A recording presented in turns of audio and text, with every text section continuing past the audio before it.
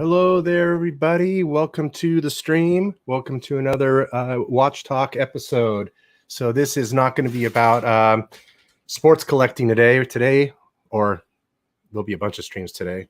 Anyway, this is about luxury wristwatches. And as you can see, I'm wearing my Rolex Hulk. And we've got the wonderful, the only, the wanted man himself. That's right. For contempt of court and crimes against the church, the Clyve, the watch wrangler. What's going on, Clivers? How goes it? Oh, I hear an echo here in my chamber. Give me a second. It's going pretty good. How goes it with you? Well, not too bad. Just finishing up, of course, the Labor Day holiday. Actually, yeah. You had the day off. You had a long weekend, right? But you probably had to paperwork and such. I actually went in like a couple times, but not very long. So it's just like, okay, I'll go out and meet you. Fine. Oh, you actually met a client. Yeah. Yep. Is it a he or a she? She. And is she guilty or not guilty? It's a divorce client, so I love it. Yeah. Oh, they're both guilty. They're both guilty then in that case. Yeah. What is the difference between a criminal case and a domestic case? With the criminal case, one is in civil court and one's in criminal court. No, with the criminal case, there's at least the possibility that one side may not be lying. At least the possibility, sure. Yeah, the reasonable doubt thing. No. So hey, you and I came up with a couple of good topics. A domestic case where you can be almost rest assured that both sides are lying through their asses. Correct. On the domestic. Correct. Window. So hey, what about let's go for a couple of topics here. We had 3 written down, okay. And I like the one that you brought up first. The go ahead, ask it. What was it? What would Rolex? Oh yeah, well, like what do you think Rolex's next release is going to be? Well, which one would you bet your paycheck on? So we're talking for. Let me take a look back, man. Well, we're in 2021, so they're going to be coming out with watches next year for 2022, right? Or who knows? They might come out with something at the end of the year. And well, the latest watch that they came out with, that I can think of, time-wise on the timeline, wouldn't it be the steel Rolex Pepsi that most people haven't seen yet? Yep. It would either be that or a Sky Dweller, one of the versions of the Sky Dweller. But I think it's that Rolex Steel takes the lead in as far as the newest and latest on the timeline.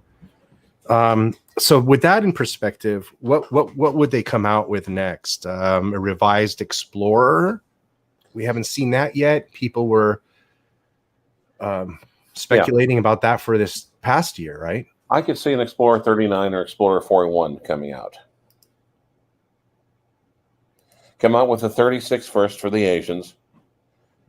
Come up with a two-tone for the Gasians, and then come out with with a Explorer 41. Mm-hmm. Now, I could also, now keep in mind though, I could also see a new Cellini coming out. Most importantly. Oh, why would you think that? You know, they've been trying to push those. My ED even called me and tried to push those on me. He can't get me any of the watches that I'm looking for, but he's willing to push a Cellini on me. I mean, why? If they're having trouble pushing those already right now, why would you think they'd come out with that? Because because right now Rolex could still, if you're not going to buy them, somebody else is going to buy them. They may not be people standing in line. But if there's ever the time for Rolex to sell Cellinis or Cellinis, it's now. And The only one that they're keeping is the moon phase. So I can see Rolex going either further into complications with another, of course, and also Cellini's are precious metal. And we know if there's one thing Rolex loves to sell, it's precious metal watches. Mm-hmm. So maybe Rolex will do a moon phase with triple date. Moon phase with triple date, harping back to their old calendar watches. That would be beautiful. Wouldn't it though? And that now if they came up with something like that, people would shit their pants.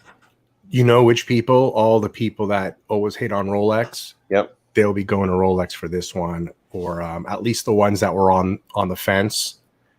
You know, the ones that considered the Prince and the Cellini as the better line.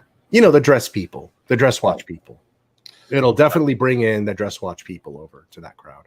Exactly. Now, Chris shit. They are now extremely greedy and extremely lazy. Well, no, they're extremely greedy and a little lazy. That's someone we know, like someone we know. They'll take some Jubilee bracelets that they have left over and put it on a current model. Well, yeah. And again, let's face it, I can almost see it. I can almost see a two-tone Explorer 2. Right, coming back to the original topic, what would Rolex next release? Yep. A two-tone Explorer 2. Yeah, because they'll buy it. They will buy it. They will buy it. You know, you certainly don't want to take a two-tone Explorer 2 rock climbing now, right? Oh, you absolutely do want to, because that's what I don't know. That's what someone. That's what Rolex wearers do. Yep, that's what they do. Yep. Except for the climbing mountains part.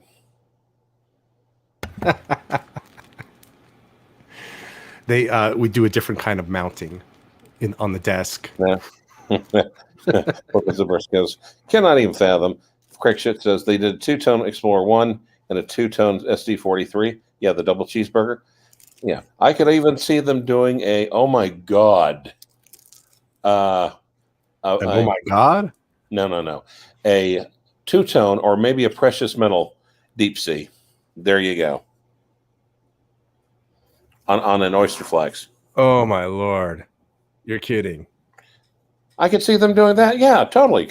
And they would pit that up against the Audemars, the offshore.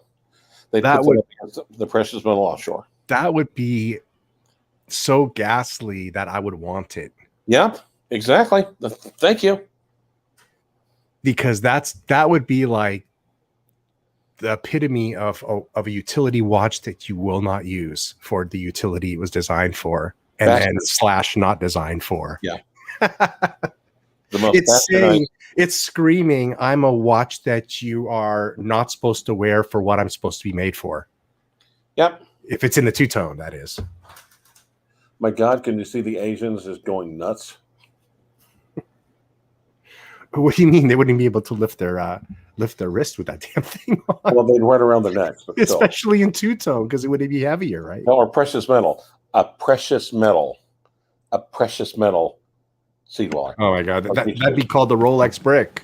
That would compete with the AP brick. It would be heavier.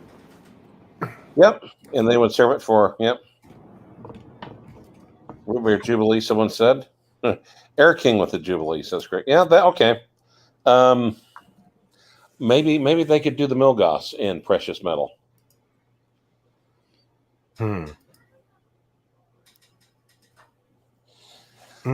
So they just blew. Okay. I'm gonna throw out one that I think is gonna come out they're gonna come out with a few things during the year, but like they came out with the Steel Pepsi, right? As the last thing on this year's timeline, right? Later in the timeline next year, they're gonna throw out the Coke. The Coke. No, not this year. Next year, maybe. Next year. No, that's what I mean. 2022. Yeah. Yeah. Okay. Late, like they did late this year. Late next year, they'll come out. They'll throw out. Or maybe, or come out with a.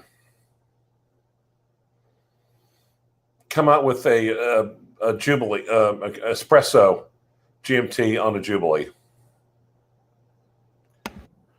Espresso GMT on the Jubilee. Yep. What's an espresso GMT? Yeah, the black one. The black espresso. I mean, the black. Oh, okay. Because they got rid of the black, triple black. Yep. Bring it back with the Jubilee. There you go. Hey, fuckers. And with an all new case and everything? No. It would be literally. Well, no, it would be an all new case like the current ones. It would be. I think it'd be the same case as the Batman and the Pepsi. I see. Because when you think about it, the other ones, it's all basically the same watch, with the exception of a different fucking bezel. Mm-hmm. Okay. And like I said, they're very greedy and a little lazy. Now, what exactly happened to the Milgas in the last 18 months? Anything? No. There's another one, no? Yeah, no, Milgas or the Air King. Mm-hmm. They've got a lot of things they can work with, actually, and surprise the crap out of us, right? Yeah. Now, if they came out with the Milgas Z Blue and White Gold. Oh, my Lord. Oh, imagine that. Thank you. Maybe it's time they put some of those low-tiered watches up to par. Yep. Bring them up to par, huh? Interesting. They can make them SerDes dials too. Yep. Or like I said, or the Air King, make it two-tone or precious metal. Ooh, how about an Air King SerDes dial with some red stones on it? Ooh. No? Yeah, totally. Yeah. Totally can see that. Anything to, again, they would sell it for more. They'd sell it for a profit. It would make more people line up and press their faces up against the window or up against the displays. Or some green stones. Yep. From the, what's it called? The Parishi district or whatever in Afghanistan. What is it called? Yeah. Switzerland will take over. Switzerland will take over Afghanistan. Rolex will send over some private folks, and they will be merciless with the fucking. I watched a show. I watched a show that was filmed a year ago over there in that Punjab region, the last region that just fell in the last couple of days, and apparently that was the region most protected, perhaps because that's the Emerald Mine region. But apparently they don't have. I mean. Apparently they definitely don't have any technology there, and they were just like they do in South Africa. They were extracting the mines with archaic means like they've been doing for the last 100 years, going down there with as a matter of fact, dynamite and explosives are illegal for them to use as civil engineers or miners or extractors, and they had to use unused munitions and empty the shells, and they would use that powder to make homemade blowing devices. They would burrow a little hole in the rock, and then they would pack that with that powder, cap it with wet mud, stick a fuse in there, and run. And they would do like 8 holes at a time, and so they damage most of the emeralds that come out. They'd say they would have some of the most world's amazing pieces there. However, they're quite damaged. Yep. So they said, as a matter of fact, the head of the mine said, these are the most beautiful emerald pieces in the world. Nothing compares to these. But because they get blown into small bits, they're typically used for watches and small jewelry pieces like this. He said that. Yeah. Pretty cool. Hey, Sirocco Sales. Hey, how Good you doing, morning. Mark? How are you? Doing fine. Thank you for joining. Yeah, I just messing around on YouTube. I saw you on, and then I went, oh, look, I got an email. Yeah, I sent a few people an invite today.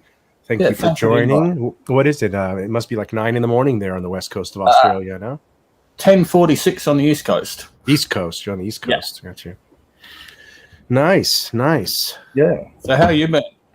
We're doing fine, man. We're doing fine. We're talking about right now the topic. We're talking. If you just joined us and you haven't been listening, what do we think Rolex is going to come out with next year? Oh God. Do you have any ideas? No, because I've got absolutely not a clue. So we were thinking, the Air King, the Milgauss with some diamonds or emeralds, perhaps. Do me a favor. Put Scirocco Cells up as the main screen. As the main screen. Hold on here. Yeah. There we go. Just, is that your boat? That's my boat. It's not called trip. Scirocco. Beautiful.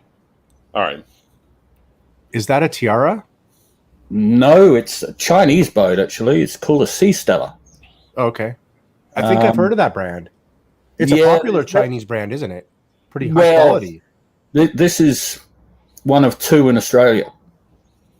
I heard that those Chinese vessels, they actually do a pretty good job for the price. For the money, they still make, this is a 2008 boat. They still make them. I found one brand spanking new in Dubai for $850 US. That's $850. $1,000. Oh, okay. US. Yeah. How many feet is that? 55? 46. 46. Wow. Yeah, she's giving me a little bit of grief at the moment. That's quite a pretty penny for a 45-footer, man. Wow. It's not bad money. My mate has just bought himself, and only picked it up last week, a Sunseeker 53. It's a British boat. That's the most beautiful boat I would want to have. I went down with it when we first went to look at it, and he wanted my advice for whatever reason, and that's a 2006, and it's 57 feet overall. That's a $1 million boat at that price. At that sort of money to buy brand new, you're looking probably $2 million plus Australian, which is about $3.50 US. But yeah, he paid just over $500,000 Aussie. But what, as you say, what an absolutely amazing boat. I put him onto it because he asked me to have a look out for some, and I found that one, and he said, I don't want to spend that sort of money. And then I talked him round, and he had a look at it. I think I would have been very tempted to sell off this one and get that. Now my pops, my old man, he's into big boats, really big boats. He's got a 50, I think it's a 52-foot or 52 or 55-foot Bertram's Sport Fisher. Yeah, they're a great boat. Yeah, very big. Yeah. And what he likes to do is he likes to find a boat that isn't running and get everything working in it himself. Well, I've been doing the engines. I'll be back in 1 second. Okay. I've been doing a bit of renovation on this thing, and I've just spent 35,000 Australian on the engines. Yeah. I'm calling it preventative maintenance, because she's kind of, she's a 12-year-old boat.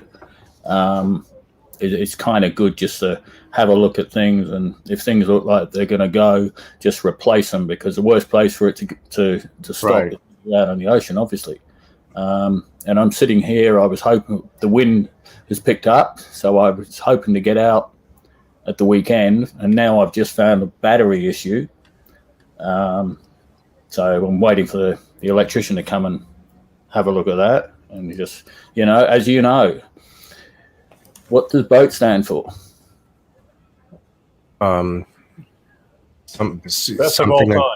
Something until others somebody's problem. I forgot. It's something like that. Oh, there's a big hole in the water, or bring on another 1,000. Okay. Yeah. So I've got I think bring on another 1,000 is a bit outdated now. It's just a big expensive hole in the water at the moment. Yeah. I mean, no, I mean, yeah, it costs a lot of money. My dad puts a lot of time and energy and joy into that boat, though. You have fun though doing it. You wouldn't have that lifestyle if you didn't enjoy it. Yeah. Look, I get it's beyond my pay grade to do these sort of jobs, especially the electrical. It's like black magic to me. So I'm waiting for the electrician to come on and hopefully get me fixed and sorted, because it's a real pain. I've been in this place for too long, getting all the engines. I had parts ordered from Sweden, which they're supposed to take 10 days, and I got one within 10 days, and the other two took 3 weeks. So I've been in this place for 6 weeks now, and I'm kind of over it. Oh yeah, the Swedish parts. Yeah, no shit. Yeah. You know, as a matter of fact, a friend of mine was telling me that, for example, my Ford Expedition, my wife's car, he said we could sell it for as much as we bought it for and get all our money back right now, because cars are so hard to get because of the production being halted because of the lack in chips, and so the lack in parts, and so you're not getting your boat parts for the same reason why. Yeah, that's pretty much right. Being produced. Yeah. We had one of the parts came from Sweden, and it went to Sydney. And of course, Sydney and New South Wales are a bit of a basket case with COVID at the moment. The Volvo warehouse, I think it was either the Volvo warehouse or the distribution centre, whatever it was. Yeah. They had a case of COVID. So they had to shut the place down, clean it out. And I think that was one of the reasons for the delay. But yeah, this frigging COVID's getting on my nerves now. That's the only problem. Is Flippin' Zippo said, if I sell the car and get all my money back, then I won't be able to get another car. What do you do? What do you do for the time being? Too bad. I have the Porsche. It won't work as a second vehicle, unfortunately. Yep. So. Not with the life. But your boat looks beautiful, though. I mean, I bet you it's absolutely stunning inside. It's got to be stunning inside. She's not bad for as I say, for a Chinese boat. It's pretty good. I've had people come on. I get a lot of comments in various marinas that I go to, and even because I used to be a yachty, now went over to this, and even yachties make comments about how good looking she is. So for a yachty to say that, because they're pretty. Well, and that's another thing too. For the price you paid for the Chinese vessel, then you could have gotten an absolutely gorgeous, different, non-Chinese vessel for that price. So it must be twice as beautiful as a normal vessel. Really. It was half the money of the boats. I had specific brands half the money I wanted. One was Sunseeker, and the other one is Princess. And my mate bought the Sunseeker, and we found a Princess, which I'd put him onto as well, but it wasn't quite what he wanted. And he goes, I think really, we're on the way back home, and he goes, really, we should go down the Gold Coast and have a look at this Princess. And I just said, Damien, mate, I can't do that. He goes, why? I said, I don't want to have two boats. I've had two boats before, and I'd look at the boat. There was a Princess. It's called a Princess V48 Open. If you ever Google that, similar age to this thing, but a lot more powerful, quicker, more comfortable even, and but almost identical styling. What engines do you have in this? In this one, I have Volvo Penta 350 turbos. Volvos. Yep. So cool. Yeah, they're a good motor. The big problem with Volvo is they're so fucking expensive. Earlier on, these weren't diesel, not diesel. These are diesel, yeah. Oh yeah, okay. Yeah. And it's direct drive. It's all. No, I have stern drives on this. Okay. Which is kind of the owner. I was sort of dead set against getting a stern drive boat. That's an inboard outboard, right? Yeah. Okay. Again, it's not something I would do again. The reason that I went for it was because both of the the two previous owners, there were two owners before me within 6 months, and they both grounded it. So each of them had to replace each stern drive. So when I bought the boat, I had like 18 months warranty. Okay. So I went, well, that's not too bad. Right. I cope with that. But this year in February, I thought, how about repowering? And I was talking to the mechanic, and he said, yeah, we had a bit of a discussion about it. And I was looking at putting, again, Volvo Penta, and it has to be stern drives again. So it's inboard, outboard. And I was looking at putting 440 horsepower by two. But the mechanic said, yeah, okay. He said, what sort of budget? And I said, well, you reckon I can get 60, 70 grand for what I've got? I said, what about another 80 or 90 on that? And he goes, oh, yeah, we should come in a lot cheaper than that. Well, when the figures finally came through, it was just ridiculous. It's 250,000 Australian. To change out both engines. Yeah, to replace both engines and both drives. And both drives. Yeah. And that's a lot of. Yeah, but for that, I can just bloody sell this. I'll lose money, but I can still sell it and get something a little bit better and bigger. With this Sunseeker that Damien bought, he's got twin 700 horsepower Caterpillars. Oh, okay. And they topped it out when they took it on a sea trial for a survey. They had a mechanic on board doing all the numbers and figures, and they topped that out at 36 knots. Wow. That's a. But what you have isn't. Were you looking? Were you needing more power for what you do? She's a little bit underpowered.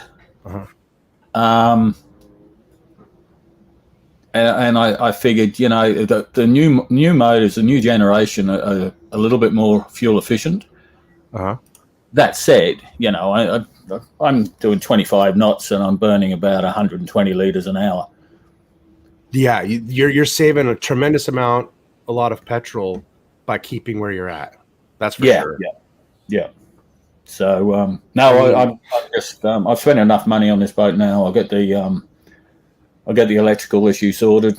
I don't understand what's going on there. It's a bit weird. And once I've done that, then I can get back to this tropical island, which I've been hankering for 6 weeks. I went there for 2 days. It was 60 miles away. It took me 2 hours. Have you tried like hell to look for a used part?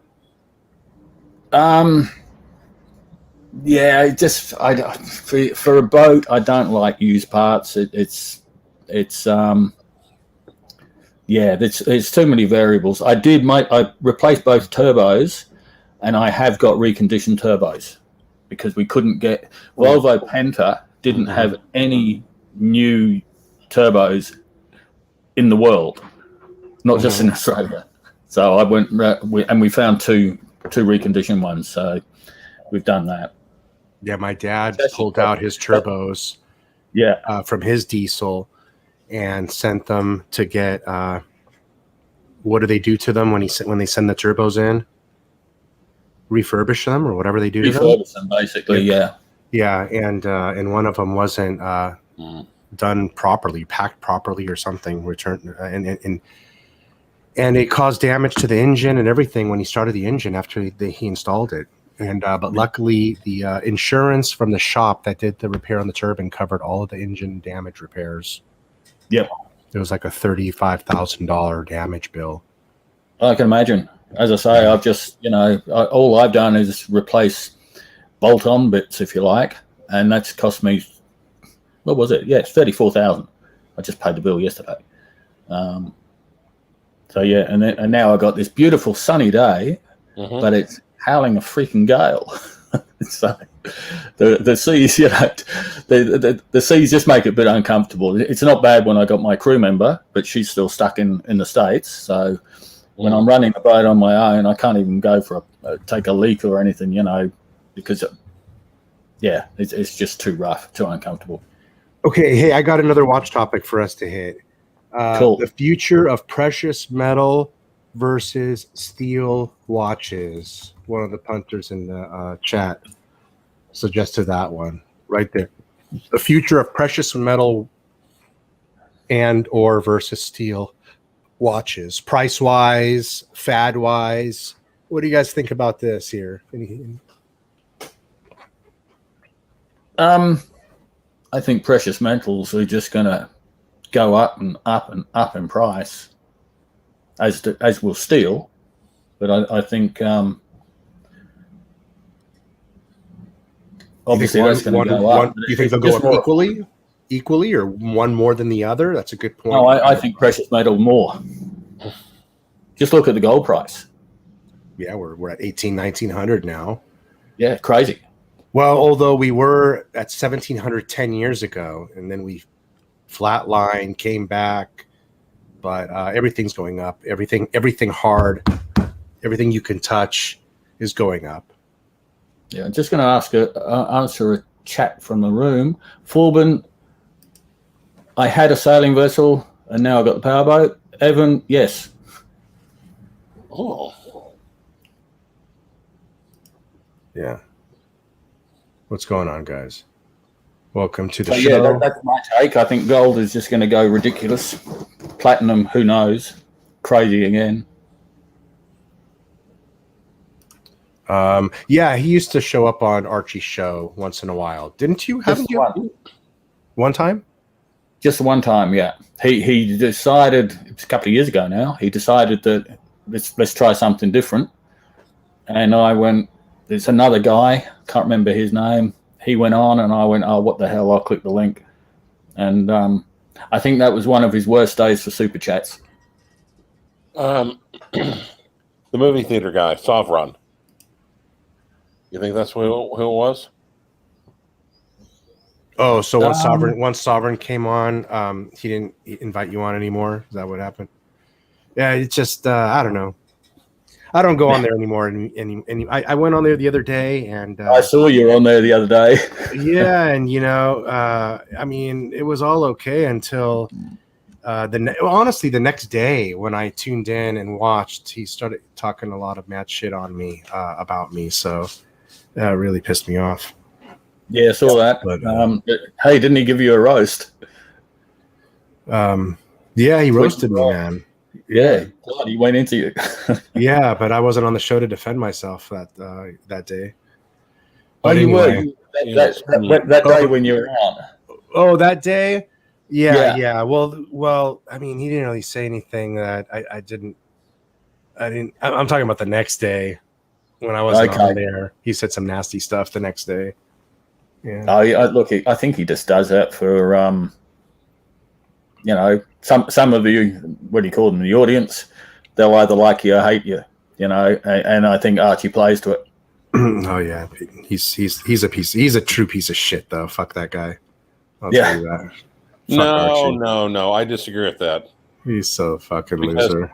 Because under the right conditions, even feces can be useful. Yeah, it's fertilizer, I suppose. So, what do you think? Precious metal versus steel, there, Arch nemesis, Archie's arch nemesis. Okay, you saved it. You barely saved it. No, I'd agree with Shrocko Cells. I mean, and again, steel just got so insane that just became even more insane not to get precious metal for almost MSRP. When you were buying steel for more than you steel more than new precious metal, you just can't. There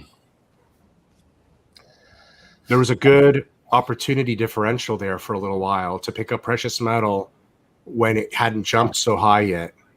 Well, hindsight is always 20/20, and secondly, there are always fucking idiots giving you wrong advice. Mm-hmm. So no, don't do that. The worst. Soft. Precious metal's soft. Precious metal's a shitter. Look, let's be frank. Of all the watch people giving advice on or suggestions on the YouTube, Archie gave the worst advice on holding, buying, and selling watches over the last 5 years. He's absolutely given the worst advice. I'd like to think I'd like to think that I gave Archie the worst advice. I love that. It says I think it took him years to figure out what I was doing. Oh man, I mean, the only thing he was right about was buying Calatravas, but that was years ago, and he's been buying Calatravas ever since. Archie. Well, the thing is, even Andy Hunter, God bless his soul, he said Archie's like the senior citizen that's still stuck in the in the late 1960s. You know, he has a Dodge Barracuda that he keeps running, and a ranch style home that still has the Formica all over the place, and just trying to give you advice that doesn't make any sense anymore. And I think that was, even back then, I think Andy Hunter nailed it. But he had a lot of Rolex. He had a number of Rolex and the Audemars Piguet, and he had an AP. Yep. Royal Oak, and he had some hot watches that would have gone up 3 or even maybe 4x if he held on to them at the price point he paid for them. So the AP, for instance, what did he sell the AP for? 13,000. It's almost like someone was deliberately giving him bad advice. So if he sold the AP for like 16,000, that's a $50,000 watch now, isn't it? Probably. So, and he had the IWC, that IWC engineer, the Daytona. Well, but here's the thing, though; those have all gone up in price. But okay, that's not that hard to do right now, because right now everything, and if it has any sort of collectability, if it has caught the attention of the collector market, of us, or watch buyers in general, everything is selling out. Yeah, everything is selling out. So I don't even think these days. I think when you say shitter, I think that's the badge of willful ignorance. Let's be fair. Hindsight's a wonderful thing. I mean, who expected the current situation with this friggin' pandemic? And that's caused some massive issues. I mean, you were talking car parts and things before, and over here to buy a brand new Toyota Corolla, there's a 6-month waiting list. Then who would have thought that because of the pandemic, watch prices would have gone up? You would have thought that everything would have crashed. I got my Corolla in September, a year ago, September of 2020. So fucking glad I did. You probably make money, Clyve. I probably no, not really. It's a 6-speed. Yeah. Manual. Yeah, it's just things are going crazy. I guess. I mean, certainly in Australia, we can't leave the country, so to go and buy a boat, there are no second-hand boats for sale. As soon as they come on the market, they're snapped up, and that's whether it's power or sail. Cars are the same, gone absolutely through the roof. I have it's an Australian car. I think that here's the one set. I think it's, if you drive a stick, you halfway have a shot. Maybe. I drive a 2016. It's called a Holden Commodore SSV Redline. So it's a 6.3 V8. One of the last of the Australian V8s. So it's got a LS3 motor in it. Cost me $46,000 in 2018. They're now looking at 65, 70 grand. That's Australian. Jeez. If I sell it, I'll make money. But then I've got to replace it. Yeah. And I happen to like my V8. I'm a bit of a dinosaur. I like my V8s. They sound absolutely magnificent. Yeah, and it's just like, oh God, I remember 78 Trans Am, 404 barrel, turbo 350 transmission, and the last part is the most impressive if you know anything about these cars. T-tops that did not leak. Now, it's when I get the last people, that's where people are genuinely impressed. But God, I remember that. It's just like, and then people at Nissans and rev their engines trying to goad you into a street drag race. So it's just like, oh. Yeah. Then you pull up, thump, thump, thump, thump, thump, thump, thump. Oh, nice car. Who made the engine? Black & Decker? Yeah, I'm hating on Ford at the moment. My wife's car just doesn't sound like a nice sounding mechanical engine. We're gonna take it in and see what's up with it next week. Yeah. Well, you know why Fords are called Fords? Found on the road daily.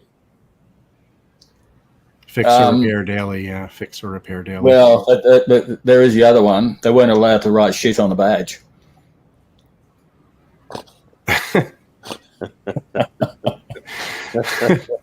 Sorry, Rich. That's funny. That's funny. Well, of course, the 5 people that still like them saying, "Well, first on race day." Right. Oh, here's the new steel. You see this right here?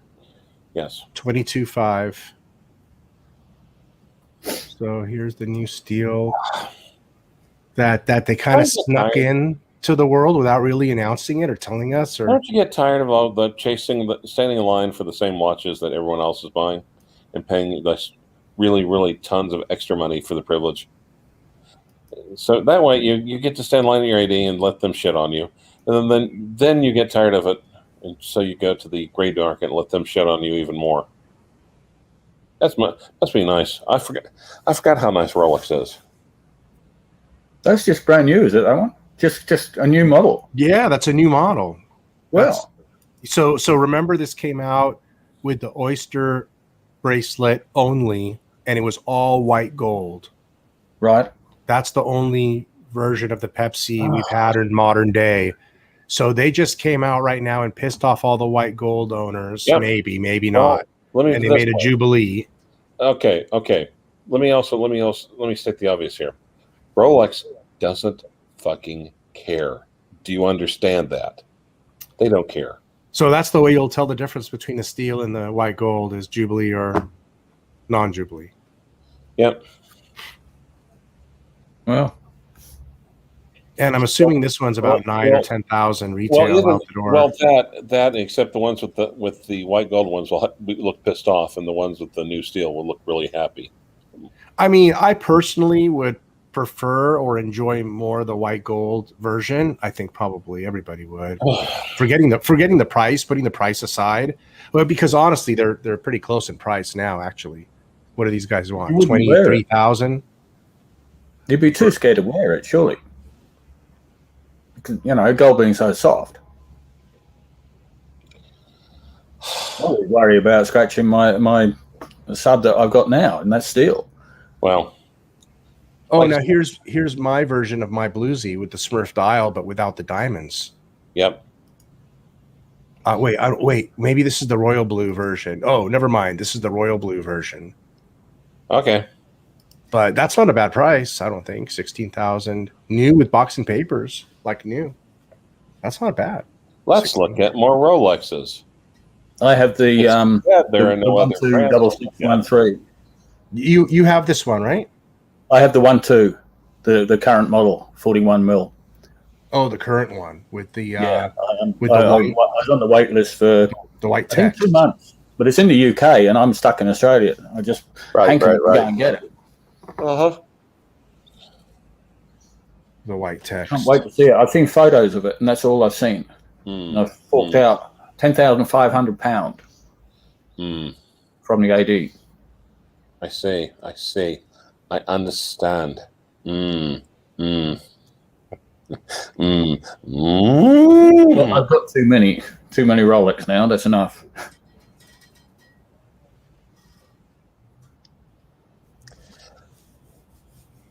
The 155. Oh, that's the new version of the Royal Oak, of the standard Royal Oak. Wow, 63,000. That's crazy. Sorry. So that's like 90,000 Australian. I'm kind of looking forward to. Crazy, huh? Yeah. That's the cost of your overhaul. And more.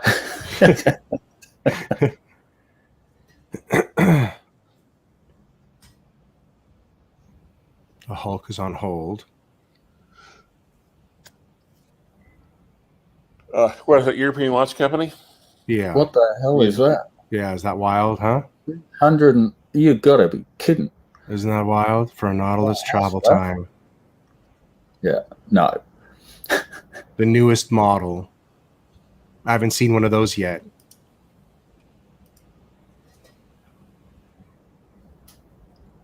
Now, God. no, actually, though, Rich, you've bought watches from before, right? I've bought 2 watches from them, I think. Now, can you offset some of the costs through your HMO by calling it a proctology visit or not? I'm trying to think of how they billed me. I'm sure they build you up the ass. Yeah, it was a wire.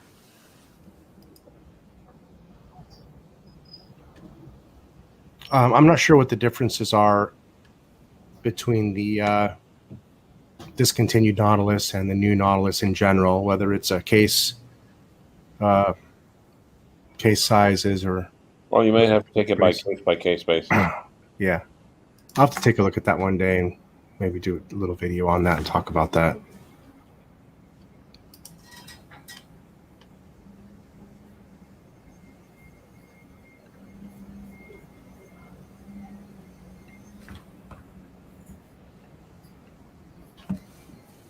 There's one of the popular Groenfelds. I don't particularly care for that, but a lot of people like this. The Principia. Sorry. I was looking at Shopek earlier today. It is amazing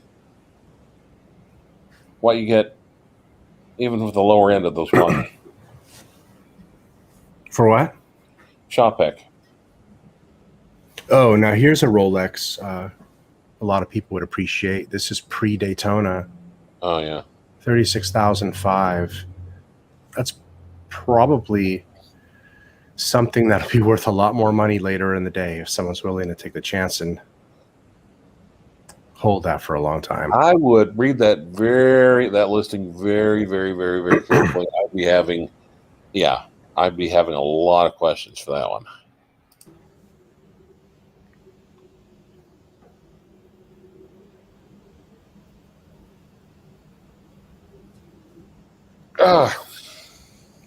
I'd have to wear my glasses every time I looked at it. Yep.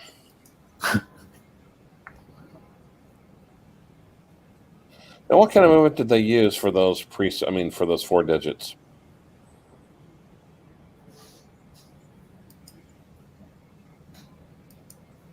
You remember?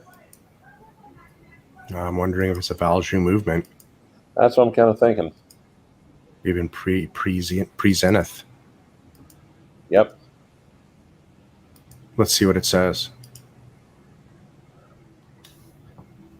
Vintage 1965 stainless steel Rolex 6238. Movement. Has round pump chronographs. Let's see, movement. Why should you invest in stocks on eToro? There it is, a Valjoux 72B. Oh, yeah. Column wheel chronograph movement. Rhodium plated. My 17 Hoyer. jewels.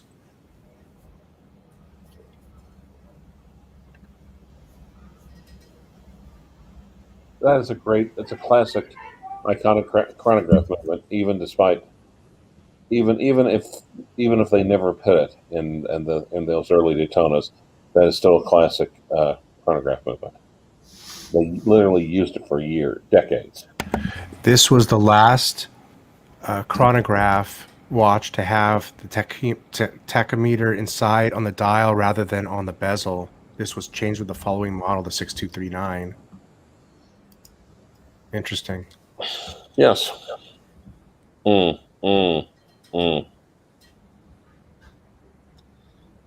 Back when they're still tool watches, huh?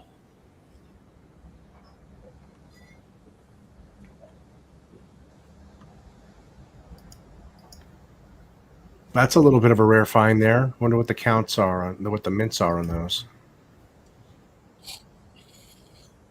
I've never seen one before, like up for sale, just up for sale.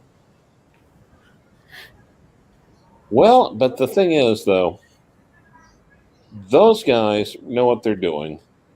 They're not out to give you a bargain. So I'm thinking what the reason is. It's under 6 figures. I like this.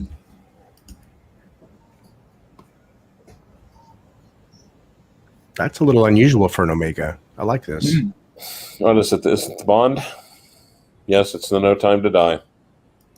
No, this is not. Yes, it is. Look, it's got the. Is it? Is it? It's got the look. Oh, it just looks a little different in the pictures to me. I don't know. Well, yeah, because it's got the Ministry of Defense, or if you're older, it's got the same markings that was on Benny Hill's prison uniform in all the sketches. Just the bezel looked different to me. That's a great watch. I've been looking at an Omega Seamaster 300 with the white dial, kind of like the black bezel and white dial. Yep, I think Mark's got one. There's the Sky Dweller. It's on Yeah, hold. he does. Yeah. Oh, Chronometra Blue for 96,000. A 5296 for 24,000. That's like mine, but it has the date. I think that's been discontinued as well. Yes.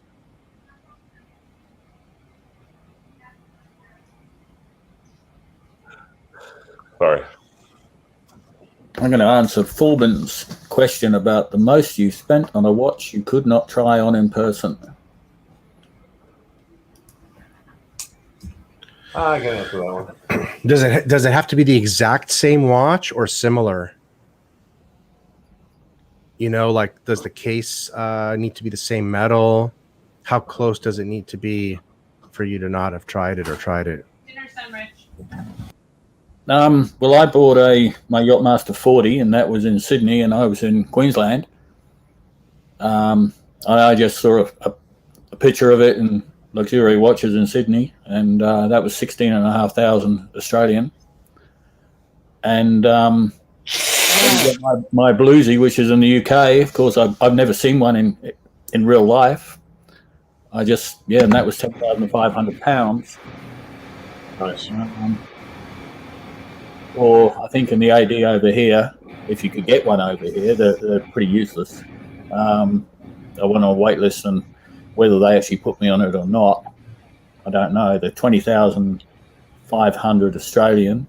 I actually saved money by buying it in the UK. The only problem is it's in a safe in my sister's, stuck on my wrist. That's the Bluesy. That's my Bluesy. That's probably yeah. So you got all your watches, man. You've prepaid most of your watches. That's 3. Well, I've only got one new from an AD, and that was the Bluesy. All the rest are pre-owned. So I've got the sub that I'm wearing now, the sub date. That was pre-owned. Got that at a fairly good price. That was in the UK when I was over there last. I've got the Yachtmaster 40, which I bought in Sydney, and he just shipped it up to me, and I put that on prepaid. I think I got it the next day. Got a Yachtmaster 40 two-tone, which I just went in after my Yachtmaster 40 blue dial.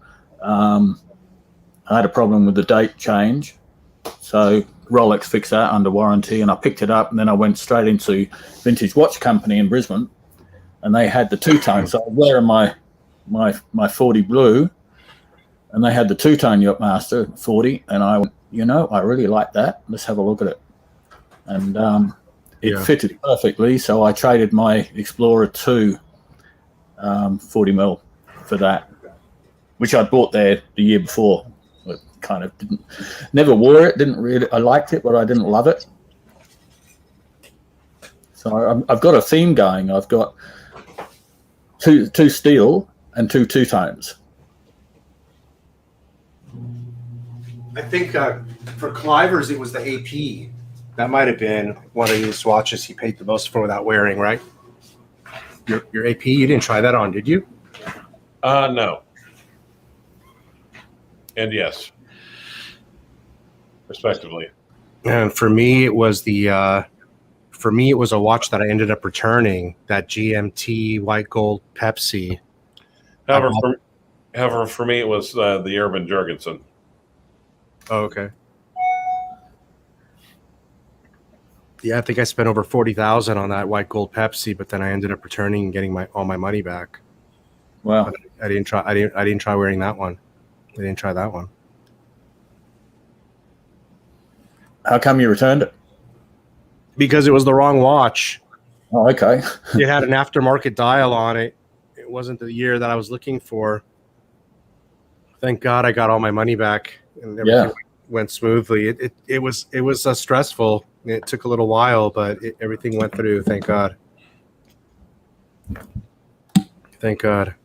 Yeah, 40 grand. Wow.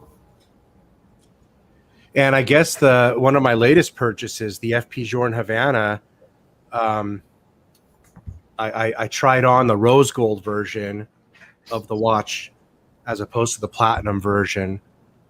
So I've tried on something very similar, but not quite exact. Right.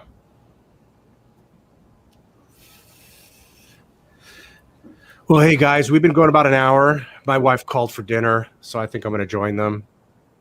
And man, I'm down for doing more of these shows. So I'll keep your eyes out for invites, and know that I'll do them more frequently. And I'm down for talking more about watches and coming on with specific topics like we did today. And it'll be more fun and more thought out that way. Yep. Awesome. All right. And then Bud's been on a camping trip, so he hasn't been able to join us as of late. But he'll be back back on the bandwagon here soon too. Wonderful. All right. Awesome. So hello to everybody out in the chat. Yeah. Thank you for joining. You guys, and thank you for joining out in the chat. And hello to everybody out there too in the watch world. To everybody except Archie Luxury. Hello to everybody but you. And hello, Bud. And you guys take care. I love you guys. And cheers, Rich. Cheers, Rancho. Catch you next time. Cool, guys. Be good. Cheers. Cheers.